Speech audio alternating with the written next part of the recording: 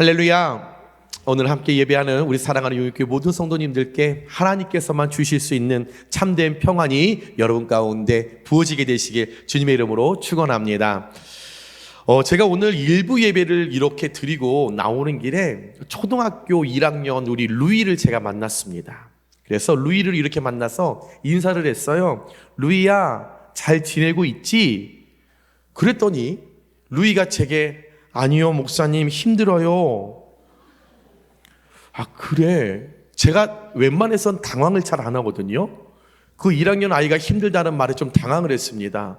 그래서 아유, 공부하느라 힘들지?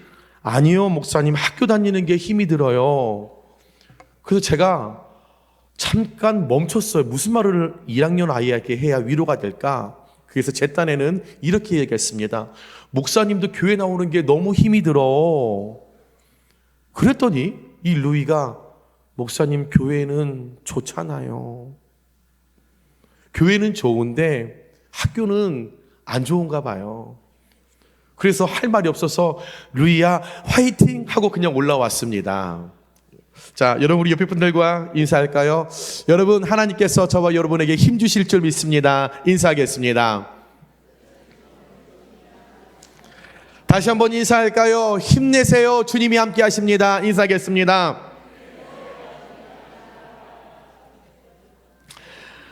여러분, 이 세상을 살아가면서 고난을 좋아하는 사람은 아무도 없을 것입니다.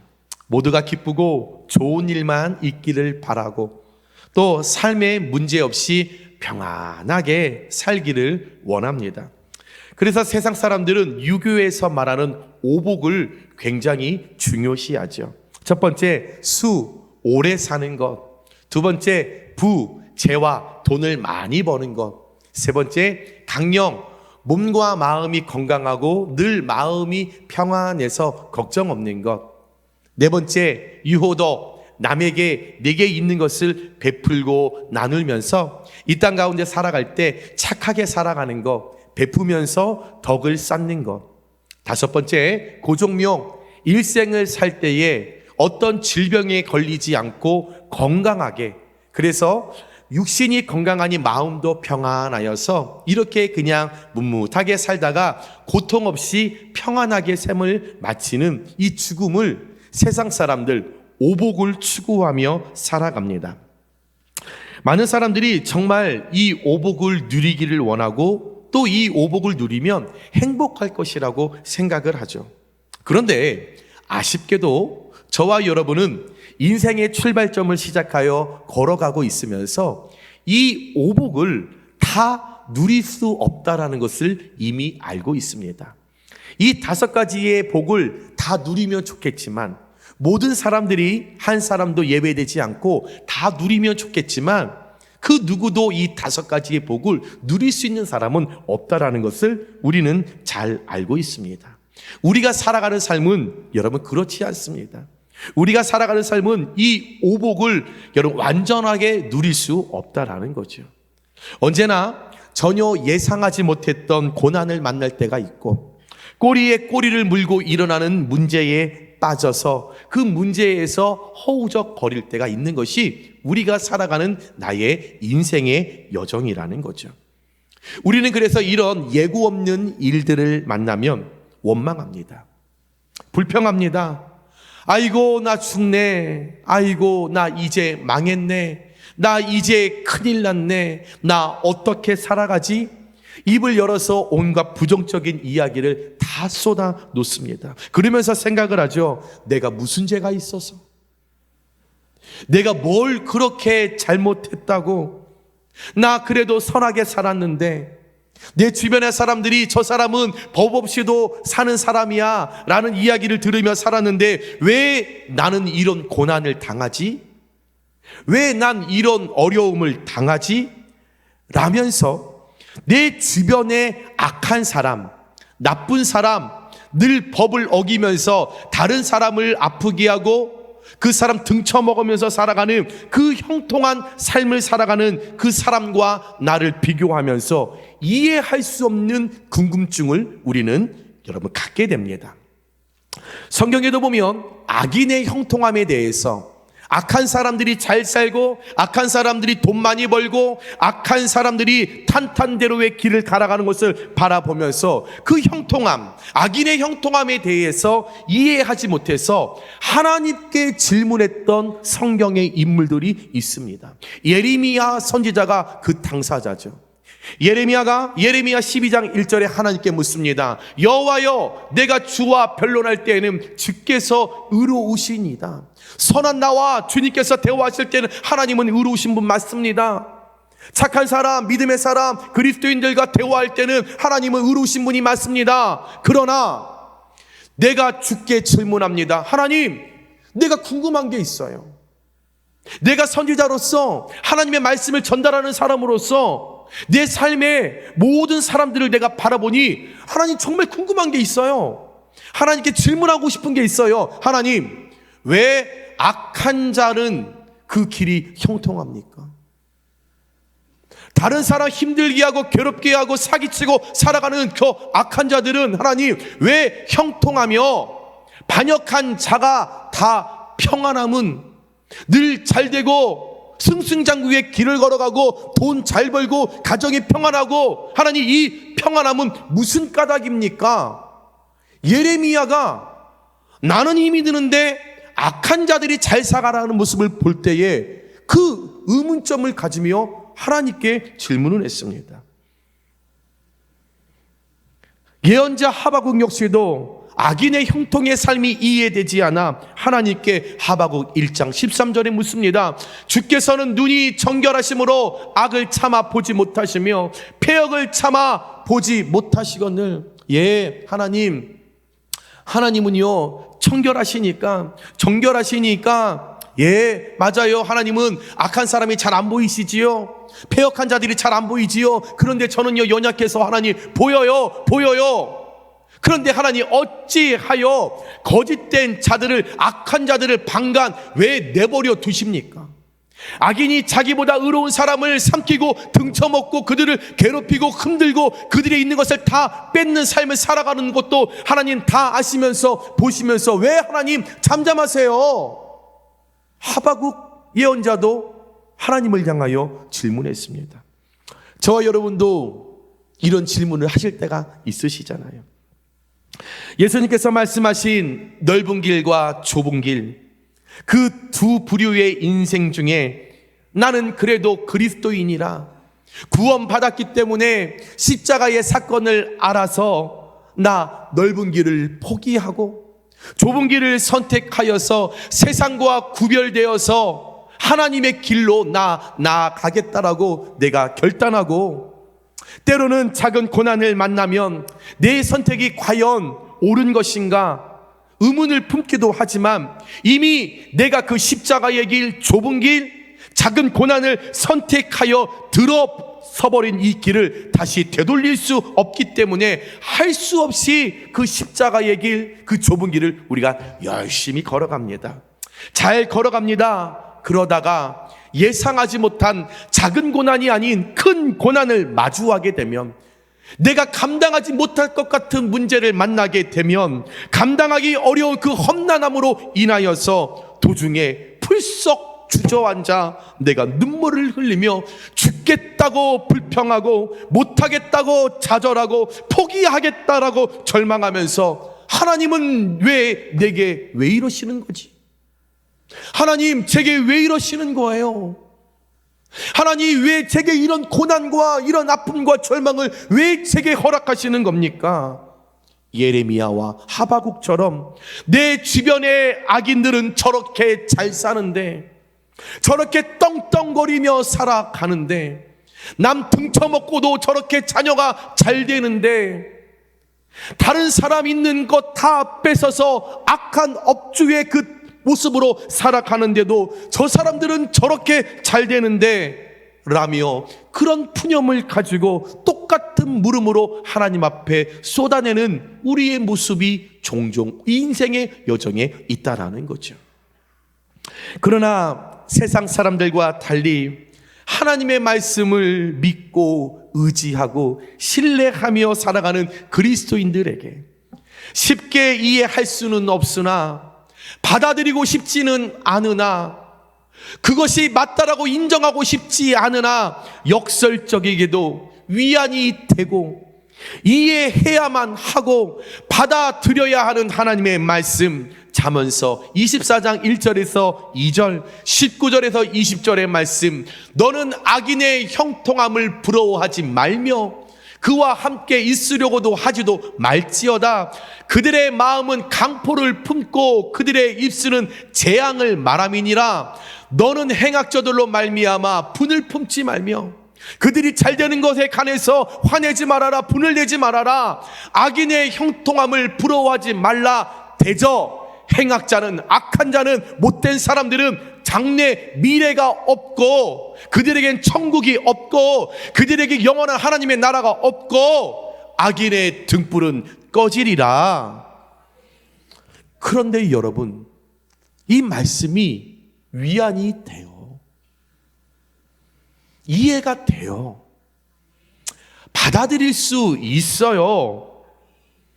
그런데 내가 이유를 모르는 고난과 절망을 당하면, 혼자만 그것을 당하면 괜찮아요. 이해가 된다니까요. 받아들일 수 있다니까요. 그런데 내 눈앞에 악인들이 잘 되는 모습을 보니, 나쁜 놈들이 잘 되니, 사기꾼들이 돈을 잘 벌고 그 자녀들이 잘 되니, 그 악인들의 형통한 삶을 바라보는 것은 너무나 힘든 일, 당연한 일이라는 거죠. 그러면서 생각하는 것이, 왜 나는 그리스도인으로서 신앙생활을 하는데, 나 말씀으로 살아가려고 애쓰는데, 나 하나님 중심으로 착하게 살아가려고 하는데, 세상의 법뿐만 아니라 하나님의 법도 잘 지키면서 살아가려고 하는데 왜 의로운 사람이 고난을 당하는가? 라는 질문을 하게 되죠. 우리는 신앙생활을 하면서 이 질문을 그 누구도 예외 없이 한 번쯤은 하게 되죠. 왜 의인이, 의로운 자가 고난을 당하게 되는가? 오늘 여러분과 함께 읽은 본문의 주인공, 고난의 대명사라고 하며 할 수 있는 이 욥, 오늘 이 욥의 말씀을 나누면서 하나님께서는 왜 의인에게 고난을 허락하시는지, 그리고 우리는 그런 고난 앞에서 내가 어떻게 반응해야 하는지 오늘 말씀 속에 해답을 찾고 하나님의 뜻을 깊게 깨닫는 이 시간 되시길 주님의 이름으로 축원합니다. 하나님께 온전하고 하나님께 정직하고 하나님을 경외하면서 악에서 떠난 자라고 소개될 만큼 무엇 하나 이 땅 가운데 부족함이 없었던 욥이라는 사람에게 어느 날 고난이 찾아오게 되었습니다. 오늘 말씀을 보니까 욥에게 찾아온 이 고난은 욥이 무엇을 어떻게 해서 어떤 대가로 이루어진 것이 아닌, 욥이 무엇을 잘못해서 그에게 찾아온 것이 아닌, 정확히 하나님의 계획인 고난과 시험이라는 것을 우리는 알 수 있습니다. 어느 날이었습니다. 하나님께서 주재하시는 하늘나라 회의에 천사들과 사탄이 모였습니다. 하나님께서 회의를 진행하시다가 7절에 사탄에게 이르시되 내가 어디서 왔느냐라고 사탄에게 물어보셨습니다. 그랬더니 이 사탄이 하는 말이 7절에 이 하나님의 질문에 여호와께 대답하여 이르되 땅을 두루돌아 여기저기 다녀왔나이다라고 대답을 합니다.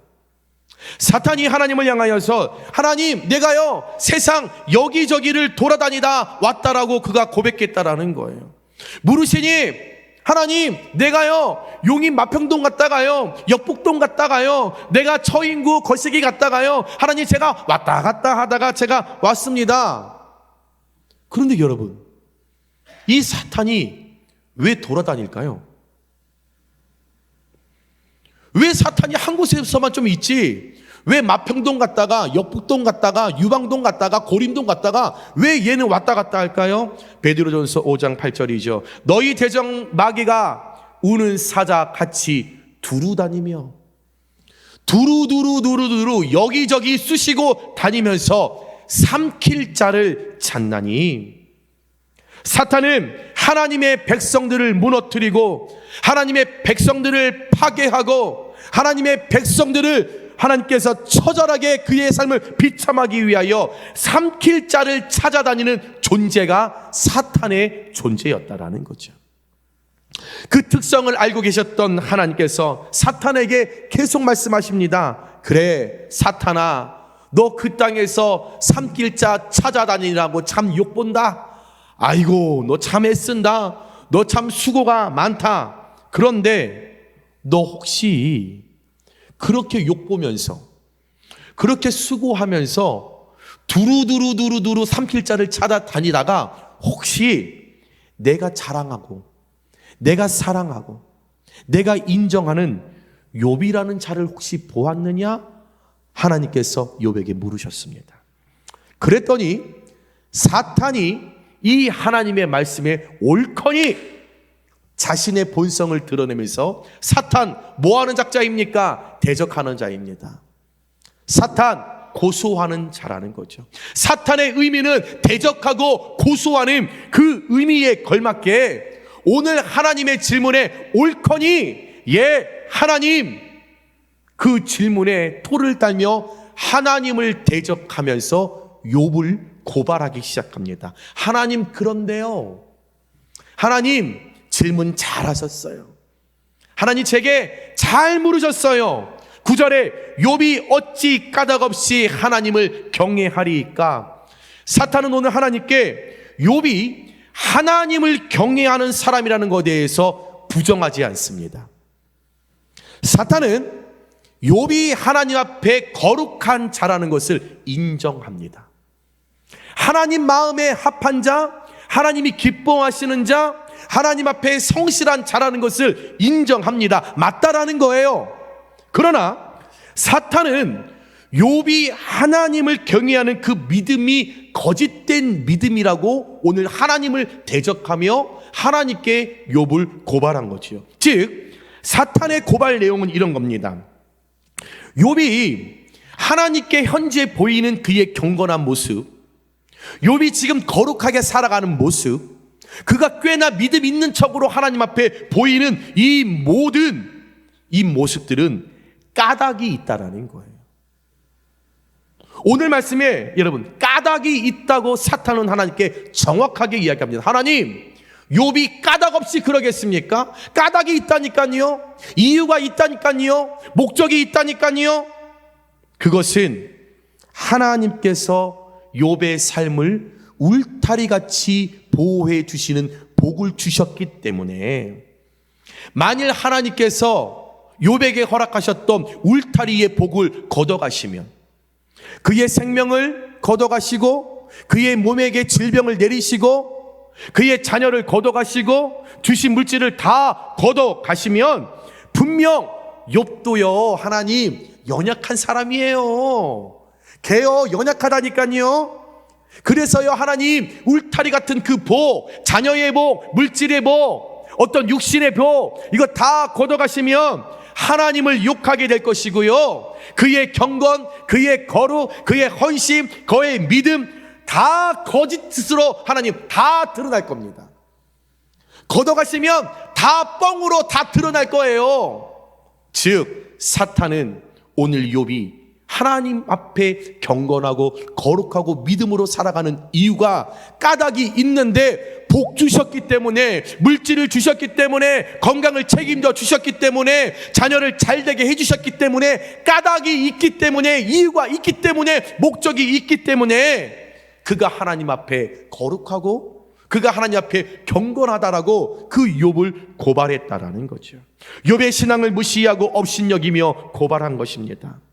그러자 하나님께서 사탄의 이야기를 들으시면 조금 마음이 조금 불편해지기 시작합니다. 하나님은 욥을 향한 당신의 마음이 진심이셨고 욥의 태도를 믿었고 욥의 거룩과 경건이 사실이라는 것을 신뢰하셨기 때문에 하나님 마음이 조금 불편해지시면서 사탄에게 말씀하십니다. 그래? 그러면 사탄, 네가 한번 욥을 시험해 보거라. 오늘 하나님이 명령하신 거예요. 욥이 당하는 이 고난인, 욥에게 찾아오던 그 시험은 그의 자녀들이 다 죽고 그가 욕창이 생겨서 기와장을 가지고 몸을 빡빡 긁을 정도로 그의 몸에 피부병이 생기고 그의 재산이 다 날아갔던 이 모든 고난과 시험은 하나님께서 사탄에게 명령하신 사건이었다라는 거죠. 즉 하나님께서 허락하신 하나님의 계획이었다라는 겁니다. 왜일까요? 하나님은 다 아시면서도 왜 사탄의 고발 내용을 접수하시고 왜 사탄이 원하는 대로 판결을 그렇게 하셨을까요? 여러분, 세상의 대부분의 종교는 인간의 종교성을 자극합니다. 그래서 신을 섬김으로 인하여서 이 세계의 복, 재물과 평안의 복, 성공과 형통 등의 결과를 얻고 내고자 하는 일종의 거래를 하는 형식이 우리 삶에 일어나는 다른 종교들의 여러분 모습이라는 거죠. 그러나 진짜 신앙, 하나님을 믿고 천국을 소망하며 살아가는 그리스도인들은 이 생의 복에 근거하지 않습니다.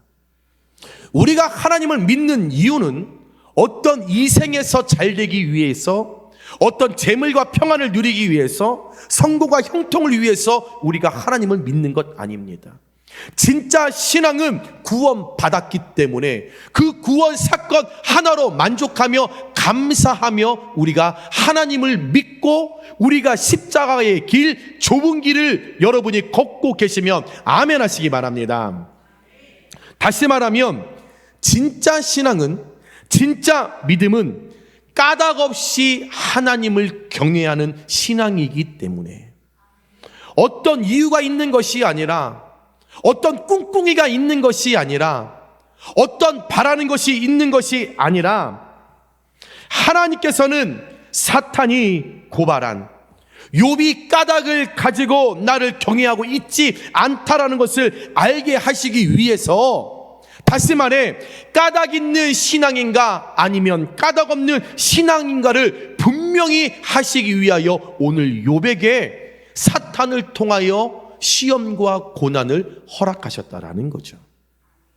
사랑하는 여러분, 저와 여러분은 지금 현재 믿음의 길을 잘 가고 있습니다. 그러나 까닭이 있어서 그럴까요? 문제없이 잘 살고 있으니 믿음의 길을 잘 걸어가고 계신 걸까요? 아니면 어떤 고난, 어떤 시련이 일어나도 여러분들은 그 믿음의 길을 지금처럼 잘 걸어가실 수 있을까요? 하나님과 거래하는 신앙을 가진 그리스도인들은, 까닭 있는 신앙을 가진 사람은 내 인생에 이유 모를 고난과 시련이 찾아올 때 낙심하기 쉽습니다. 넘어지기 쉽습니다. 왜요? 자신이 하나님께 한 공로에 비해 자신의 삶에 주어진 상황을 이해할 수 없기 때문에 절망하고 시험에 들고 넘어진다라는 거죠. 그러나 까닭 없이, 이유 없이, 꿍꿍이 없이 구원받은 은혜의 사건만을 기억하며 하나님을 경외하는 신앙은 고난이 찾아와도, 시련이 찾아와도 낙심하지 않습니다. 자로나 우로나 요동하지 않습니다. 그저 크고 완전하신 하나님을 전전하게 신뢰하기 때문이죠. 그 하나님을 끝까지 믿고 있기 때문이죠. 하나님의 계획 안에서 욥이 시험을 당한 이 사건은 어찌 생각하면 욥에게 있어서 참 다행입니다.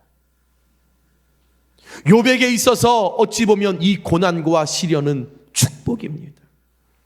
여러분, 저와 여러분이 현재 우리의 믿음이 진짜인지 가짜인지 모르고 살아가는 것이 좋을까요? 아니면 고난과 시험을 통해서라도 우리의 믿음의 정체성이 드러나는 것이 좋을까요?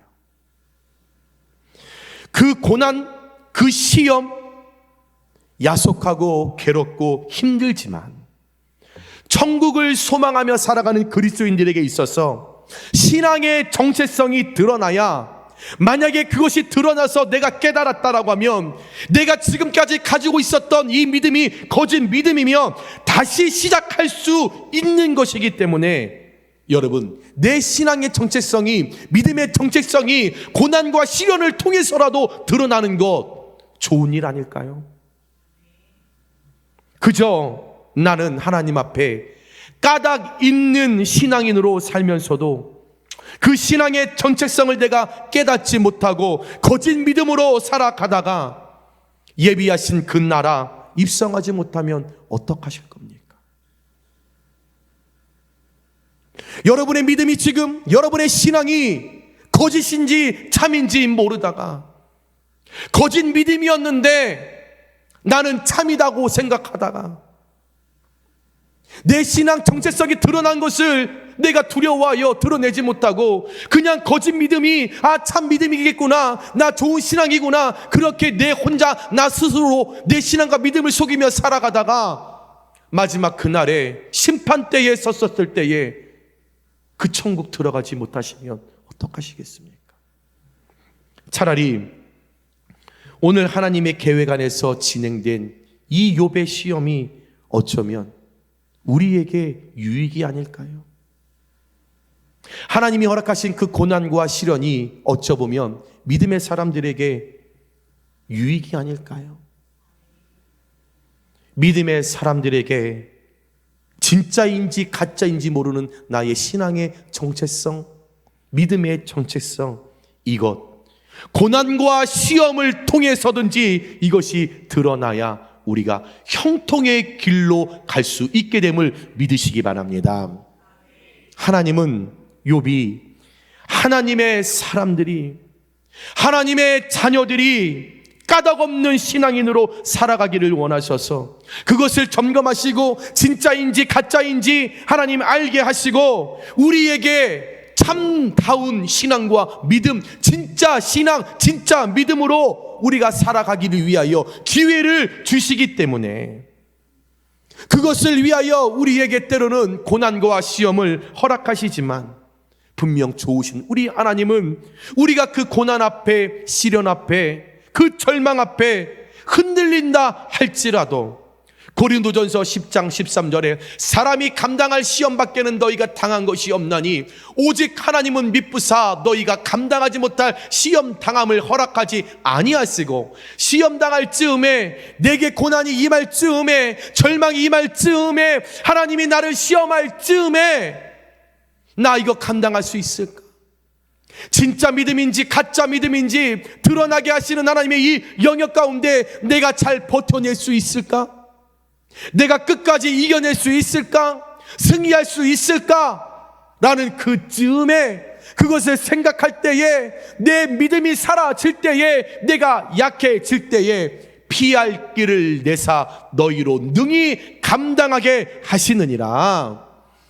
이 말씀처럼 그 하나님이 허락하시는 시험과 시련에는 진짜 믿음, 가짜 믿음 하나님 구별하기, 드러나시기 위하여 그것을 우리에게 허락하실 때에 분명 하나님께서는 넉넉하게 이길 힘을 주면서 까닭없는 신앙인이라는 정체성을 드러내시며 사탄이 고발했던 내용은 거짓이었다라고, 사탄은 일만 열면 거짓말하는 존재라고, 그래서 사탄은 패망하게 될 거라고, 사탄은 무너지게 될 거라고, 사탄은 거짓의 앞잡이라고 분명 저와 여러분에게 하나님은 그것을 확연하게 드러내시며 여러분에게 허락하신 고난과 시험 가운데서 하나님은 반드시 승리하게 되실 것을 믿으시면서 하나님이 진짜 가짜 참 믿음 신앙의 정체성을 내게 드러내기 위하여 내게 고난과 시험을 허락하실 때에 우리 좌절하고 절망하고 넘어지고 포기하는 것이 아니라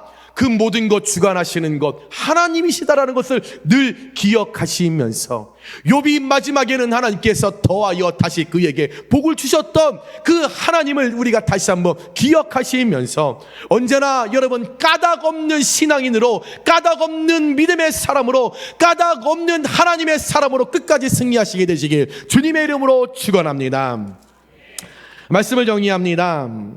사랑하는 여러분, 사탄은 욥을 넘어뜨리고 파괴하기 위해서 시험을 사용하지만 하나님은 욥이 까닭 없는 신앙인이라는 것을 밝히시기 위해서 시험을 사용하셨습니다.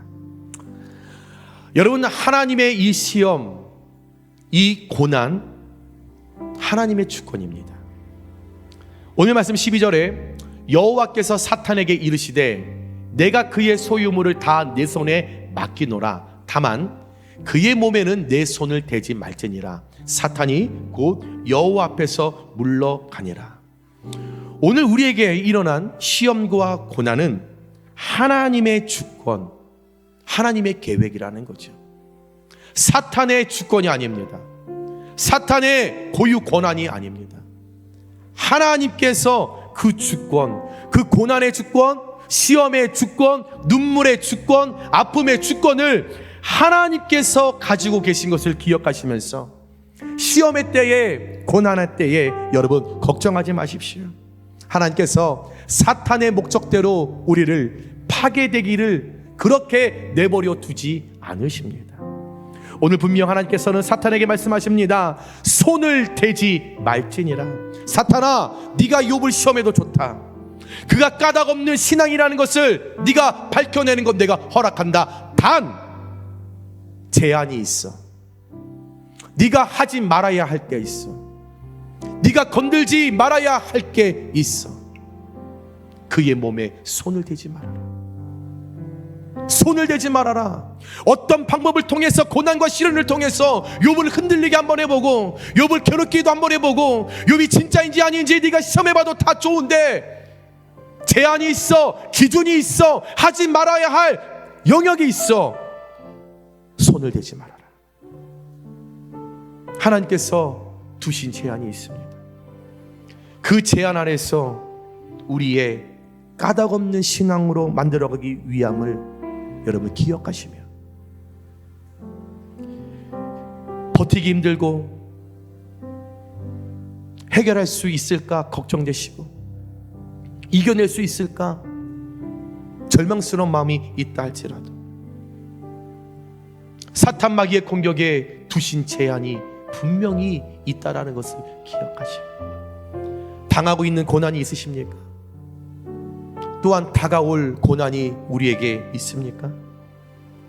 조금만 더 인내하며 그 고난과 시험의 배경을 우리가 잘 살피고, 그 고난과 시험 뒤에 이 모든 일을 누가 주관하고 계시는지 우리가 깨달으시며, 먼 훗날 하나님 앞에 까닭 없는 신앙인이었다고, 우리가 예수님을 믿고 이 땅 가운데 선하게 살아가는 것, 까닭 없는 그리스도인이었다고 하나님의 자존심을 세워드리면서, 하나님을 대적하는 그 사탄 마귀 앞에 하나님의 자존심을 좀 여러분 세워드리면서, 사탄이 고발했던 내용대로 까닭 있는 신앙인이었다고 오히려 하나님을 부끄럽게 사탄 앞에서 그런 자리로 우리가 하나님을 끌어내리는 것이 아니라,